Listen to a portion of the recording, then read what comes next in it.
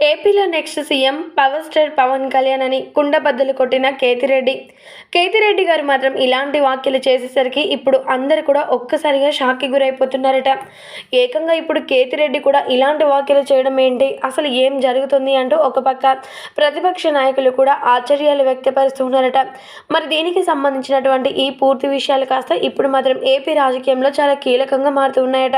మరి కేతిరెడ్డి గురించి తెలిసిందే కదా, అందరినీ కూడా పొద్దున్నే పలకరిస్తూ ప్రతి ఒక్కరి కష్టాల సుఖాలని తెలుసుకొని వారికి ఎల్లవేళ్ళ అండగా నిలుస్తాను అంటూ ప్రతి ఒక్క పేద ప్రజలకి ధైర్యం చెప్పే ఏకైక రాజకీయ నాయకుడని చెప్పాలి.